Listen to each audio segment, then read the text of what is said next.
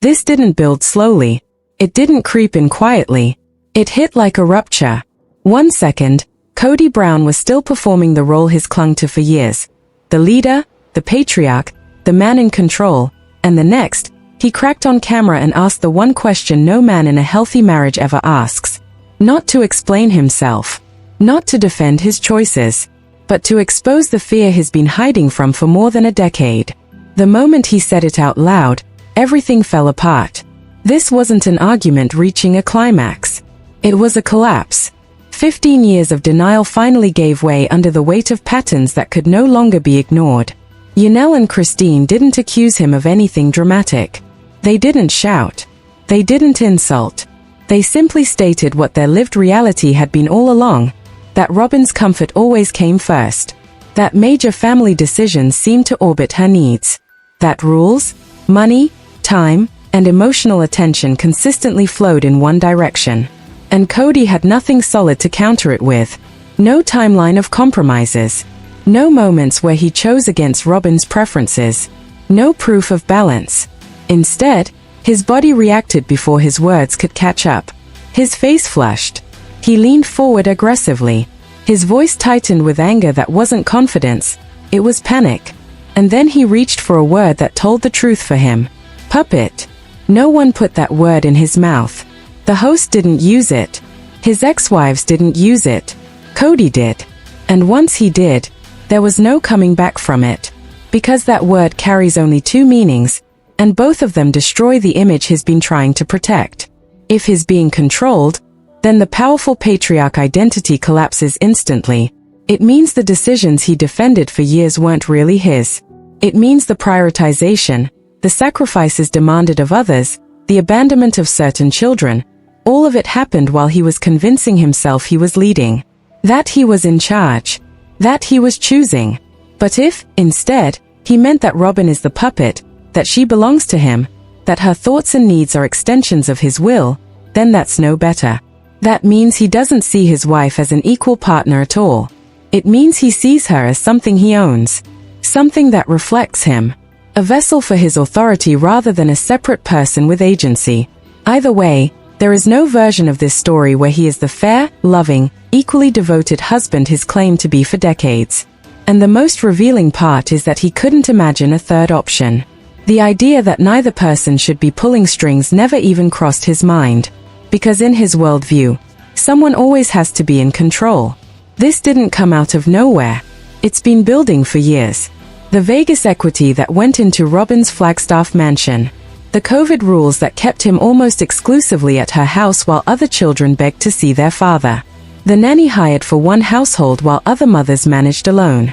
One wife living in an RV while another upgraded homes. The emotional distance from some children contrasted with constant presence for others.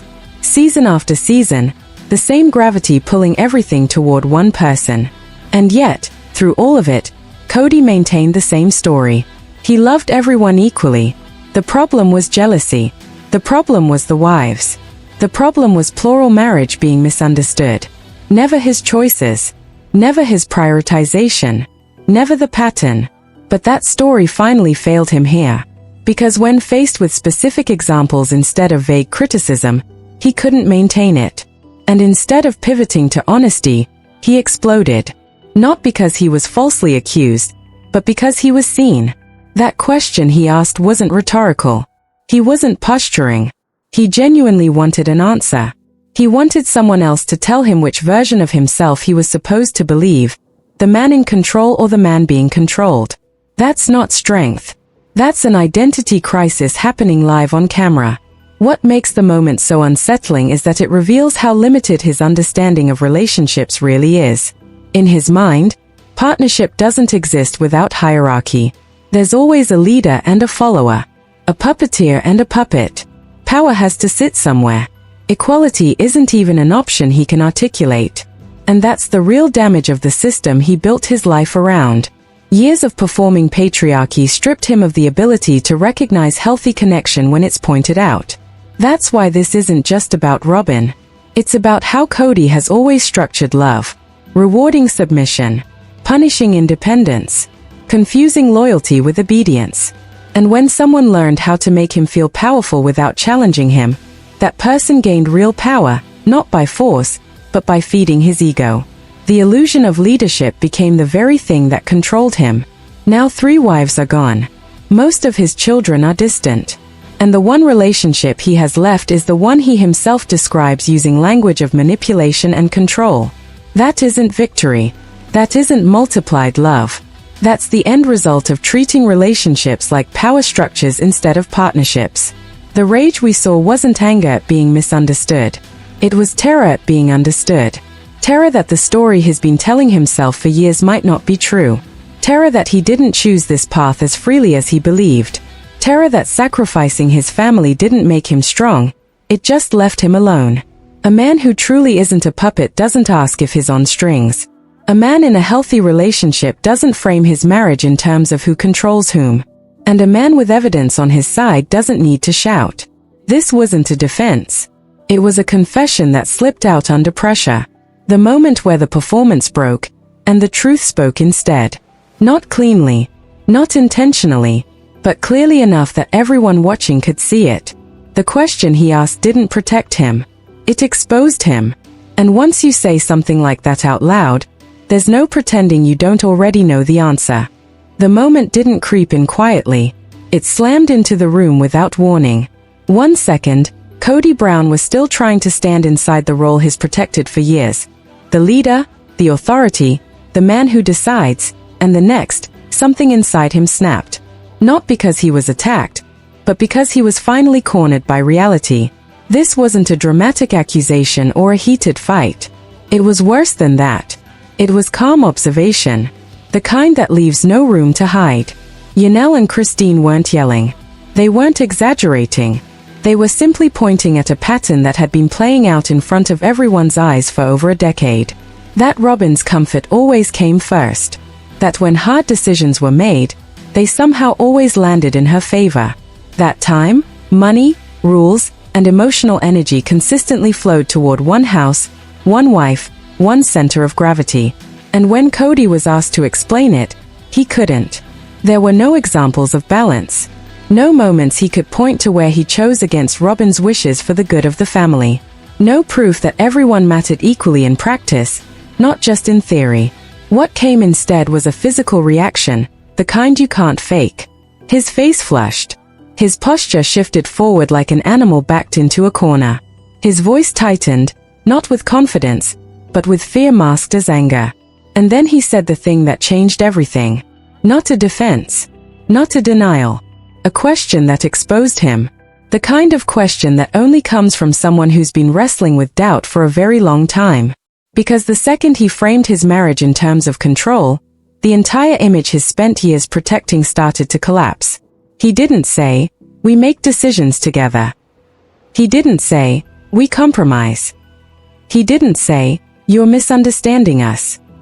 Instead, he reached straight for a language of power, manipulation, and dominance, as if those were the only categories he understood. That alone said more than any accusation ever could.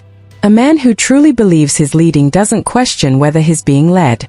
A man who feels secure in his autonomy doesn't wonder out loud if someone else has their hands on the strings. That kind of doubt doesn't come from nowhere. It comes from years of choices that don't sit right, years of justifications that don't fully convince, years of defending a reality that looks very different from the outside than it feels on the inside. And in that moment, it became clear that Kody wasn't just angry at Yanel or Christine. He was angry at the mirror they were holding up. Angry that he could see himself in it. Angry that he didn't like what was staring back. Because once you strip away the speeches about plural marriage and equal love, what's left is a man who has watched his family slowly reorganize itself around one person, and deep down, knows it. Knows that the rules changed. Knows the priorities shifted. Knows the center moved. And knows he's been explaining it away for so long that even he isn't sure anymore whether he chose it, or just went along with it. That's what made this moment so dangerous for him. Not the criticism, but the clarity. The realization that he couldn't explain his choices without exposing something broken at the core. So instead of offering answers, he lashed out with a question that revealed just how trapped he feels inside the dynamic he helped create. This wasn't a man defending his marriage. This was a man realizing, out loud, that he may no longer understand it at all. What made the moment even more unsettling was what that question quietly admitted. It showed that Kody no longer knows where his own decisions end and someone else's begin. That kind of confusion doesn't happen in a healthy partnership. It only shows up when power has been blurred for so long that autonomy starts to feel unstable. Because if he truly believed every major choice came from him, the conversation would have ended there. He would have named examples. He would have pointed to moments of disagreement, compromise, resistance. Instead, he stood there demanding that someone else define the dynamic for him. Controlled or controlling, weak or dominant, as if those were the only identities available to him.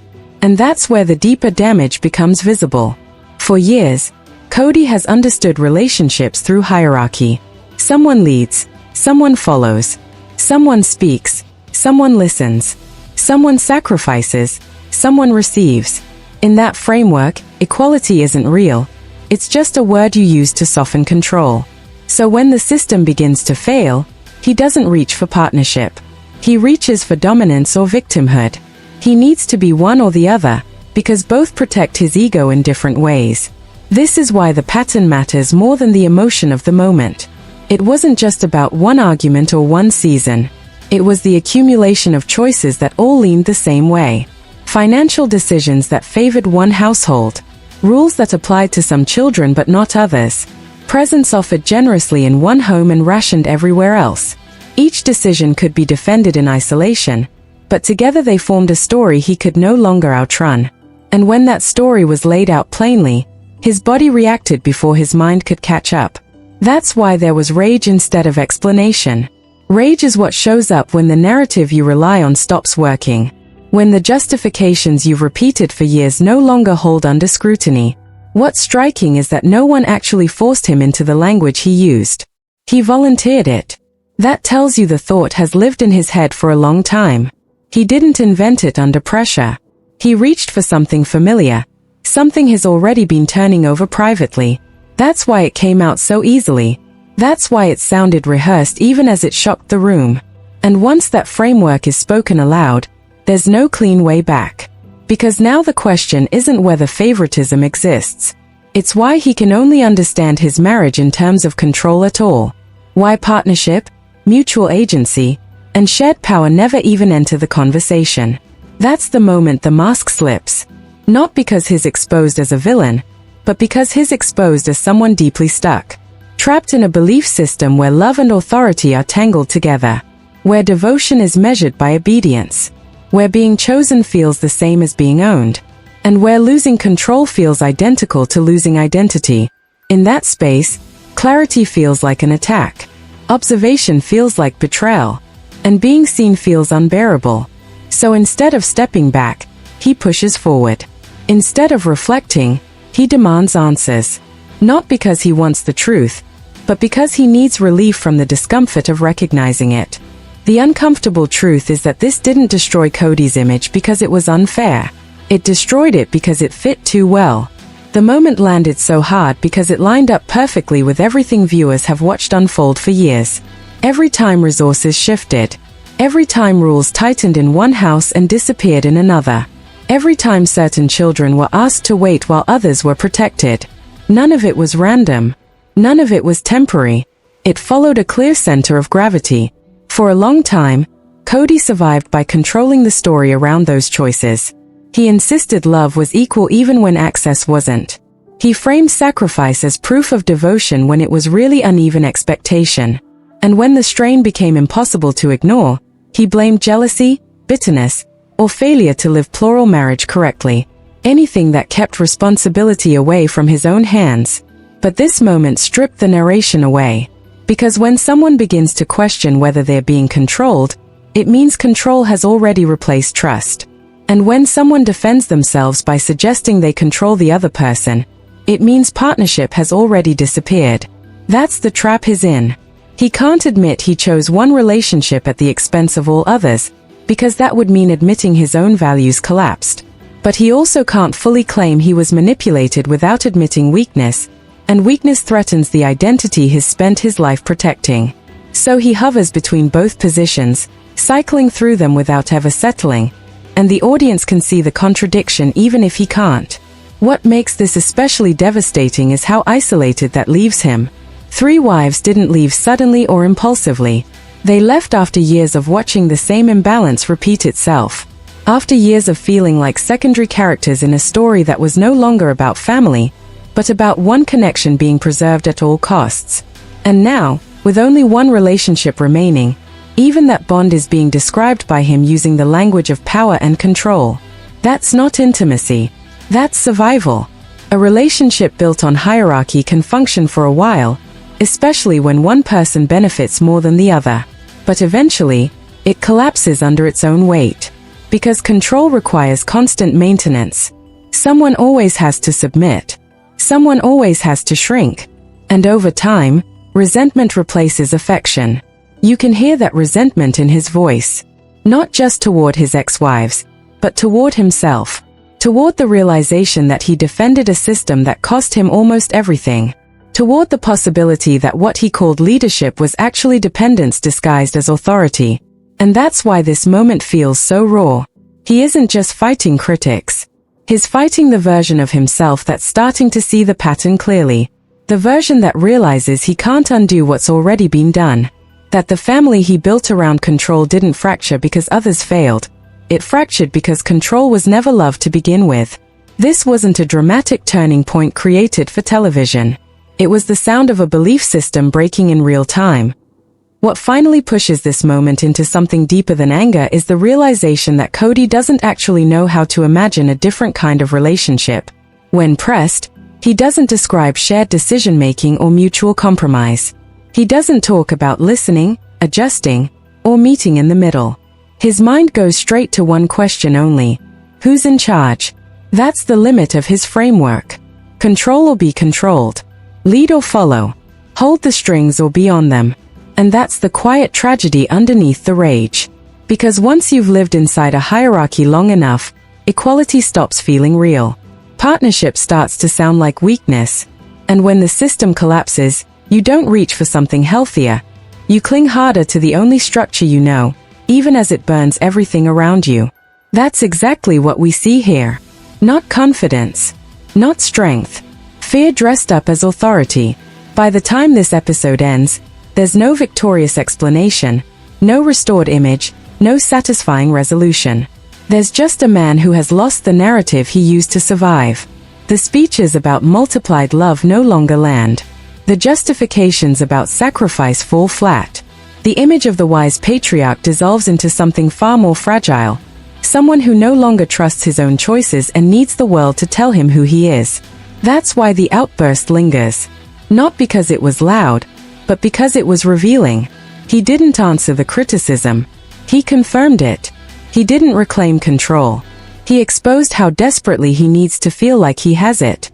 And in doing so, he showed millions of viewers exactly why the family couldn't hold together. This wasn't about one wife. It wasn't about one argument.